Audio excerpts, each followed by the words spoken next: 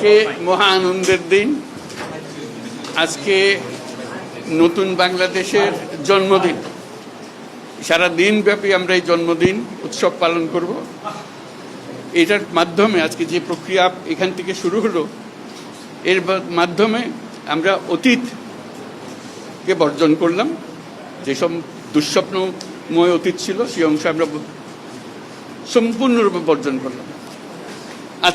আজকে থেকে আমরা প্রতিটি পদে নতুন বাংলাদেশ সৃষ্টি করার সুযোগ পেলাম।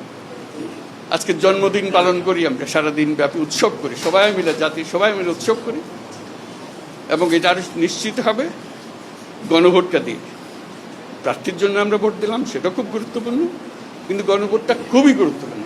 তো সবাইকে আহ্বান জানাচ্ছি গণভোটে অংশ নেবার জন্য, যাতে করে আমরা নতুন বাংলাদেশ গড়ে তুলতে পারি। খুব ভালো লাগবে।